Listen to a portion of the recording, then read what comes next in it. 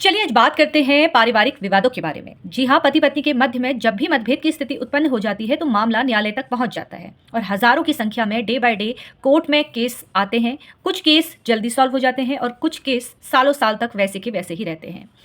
तो आज हम बात करेंगे उन केसों के बारे में जहां पर पतियों की जीत आसानी से हो जाती है, लेकिन वो पति जो दो बातों पर फोकस करते हैं अपने पूरे केस में, उनकी जीत निश्चय है। आज इस वीडियो के माध्यम से मैं आपको यही बताने वाली हूं कि वो कौन से दो ऐसे पॉइंट हैं जहां पर आप अपने केस पर ध्यान रखते हैं तो आपका केस आपके द्वारा जीता जाएगा। आज मैं आपको यही बात बताने वाली हूँ इस वीडियो के माध्यम से, लेकिन इससे पहले मैं आप सभी से निवेदन करूंगी कि अभी तक जिसने मेरा चैनल सब्सक्राइब नहीं किया है, चाहे वो यूट्यूब चैनल है, चाहे इंस्टाग्राम आईडी है या फिर मेरा फेसबुक पेज है, ऐसी ही कानूनी जानकारी के लिए आप लोग मुझसे जुड़ते रहिए। जैसे कि आपको मैंने बताया कि बात करने हुए है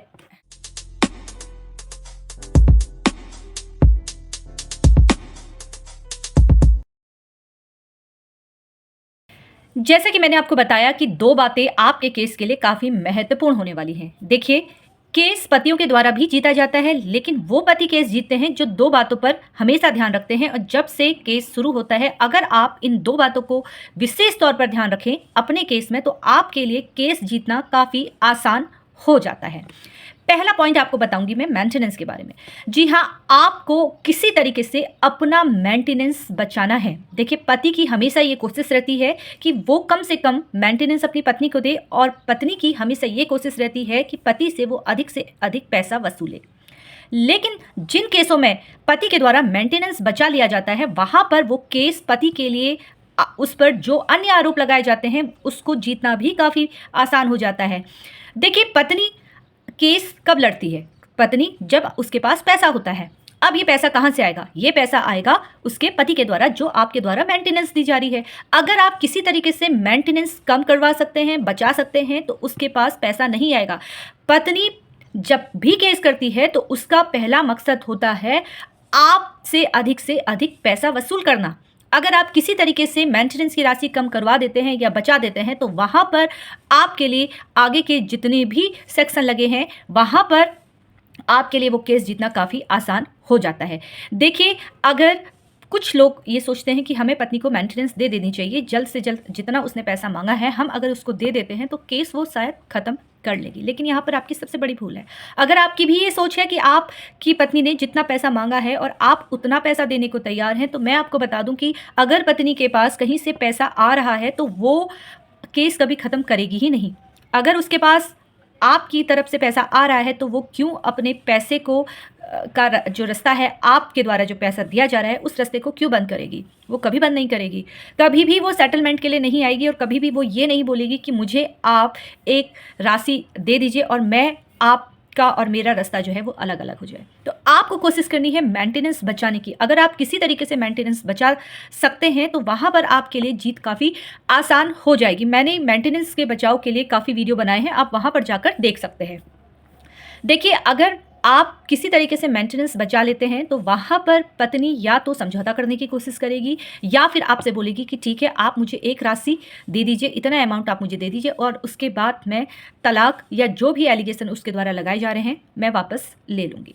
देखिए, मेंटेनेंस किसी तरीके से अगर आप कम करवा लेते हैं, कोर्ट में किसी तरीके से आप ये साबित कर देते हैं कि पत्नी जितना डिमांड कर रही है वो गलत कर रही है, पत्नी के द्वारा जो आरोप लगाए जा रहे हैं वो बिल्कुल झूठे हैं और पत्नी ने आप पर और आपके घर पर अत्याचार किया है, आपके घर वालों पर अत्याचार किया है, तो इस अवस्था में अगर आप मेंटेनेंस की राशि बचवा लेते हैं तो आपके लिए आगे के केस जितनी भी फाइट है उस केसों से संबंधित वो थोड़ा आसान हो जाती है। देखिए, मेंटेनेंस अगर पत्नी को नहीं मिलता है तो वो कभी भी सेटल करने की कोशिश करेगी। वो सोचेगी कि भाई जल्दी से जल्दी सेटलमेंट हो जाए, जल्दी से जल्दी एक राशि उसके पास आ जाए। अगर उसके पास लगातार पैसा आ रहा है तो वो कभी भी सेटलमेंट करने की नहीं सोचेगी।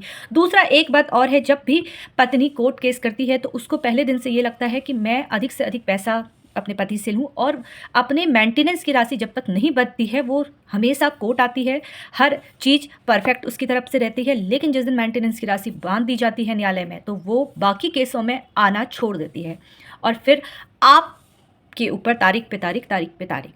जी हाँ, तो कोशिश कीजिए कि कोर्ट में आप अगर ये साबित कर दें कि महिला के द्वारा जो भी डिमांड की जा रही है उतना आपके पास पैसा नहीं है या महिला के पास सोर्स ऑफ इनकम है, तो इस तरीके से आप मेंटेनेंस की राशि कम करवा सकते हैं और महिला आपके आगे आकर खुद ही समझौता करने की कोशिश करेगी या फिर वो एक बार में ही सेटलमेंट कर देगी।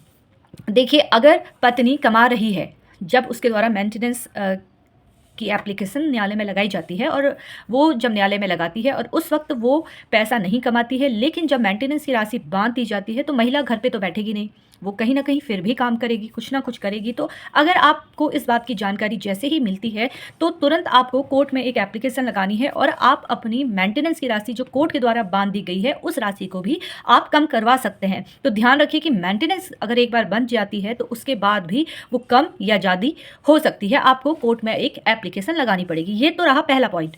दूसरा जो पॉइंट है वो भी काफ़ी महत्वपूर्ण है। देखिए, महिलाओं के केस में महिला के साथ अगर अत्याचार नहीं हो रहा है, महिला के द्वारा झूठा आरोप पति पर और उसके ससुराल वालों पर लगाया जा रहा है, तो हमेशा महिला झूठे आरोप पति पर लगाती है और वो आरोप भी लगाती है जहां पर पति के द्वारा या पति के परिवार वालों के द्वारा कोई भी अपराध कारित नहीं होता है। वो अधिक से अधिक ऐसे एलिगेशन भी आपके पिताजी पर या भाई पे लगाएगी जो बेहद गंभीर होते हैं। वो झूठा आरोप लगाती है और उस झूठे आरोप में उसे कहीं ना कहीं एक डर भी लगा रहता है, क्योंकि जब वो आरोप लगाती है तो उसके वकील साहब के द्वारा ये पहले ही बोल दिया जाता है कि देखिए, अगर आप झूठे आरोप लगा रही हैं तो यहाँ पर आपको सजा हो सकती है।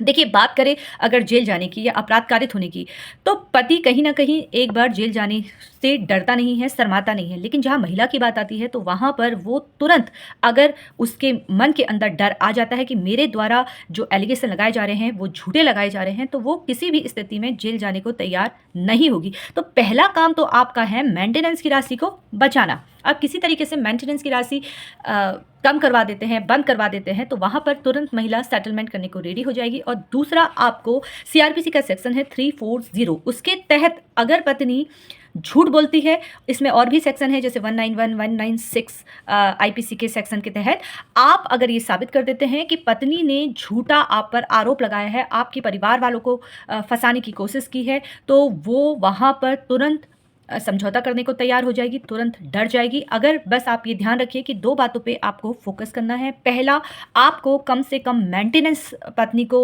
दिलवानी है या बंद करनी है। किसी भी तरीके से अगर आप मेंटेनेंस की राशि बचा सकते हैं तो कोशिश कीजिए आप मेंटेनेंस की राशि बचाने की।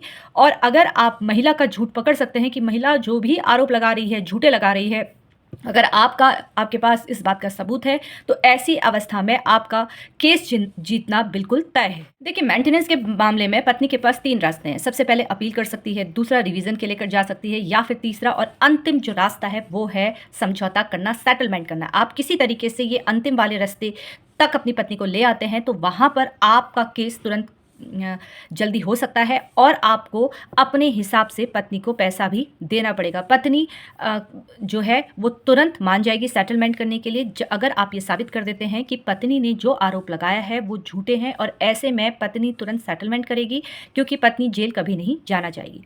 अगर आपको ये वीडियो पसंद आया हो तो इसको लाइक और शेयर करना ना भूलें, और याद रखिए कि इसी तरीके से आपको मेरे इंस्टाग्राम आईडी, मेरे यूट्यूब चैनल और मेरे फेसबुक पेज से भी जुड़ना है, क्योंकि कानूनी जानकारी होना काफ़ी महत्वपूर्ण है।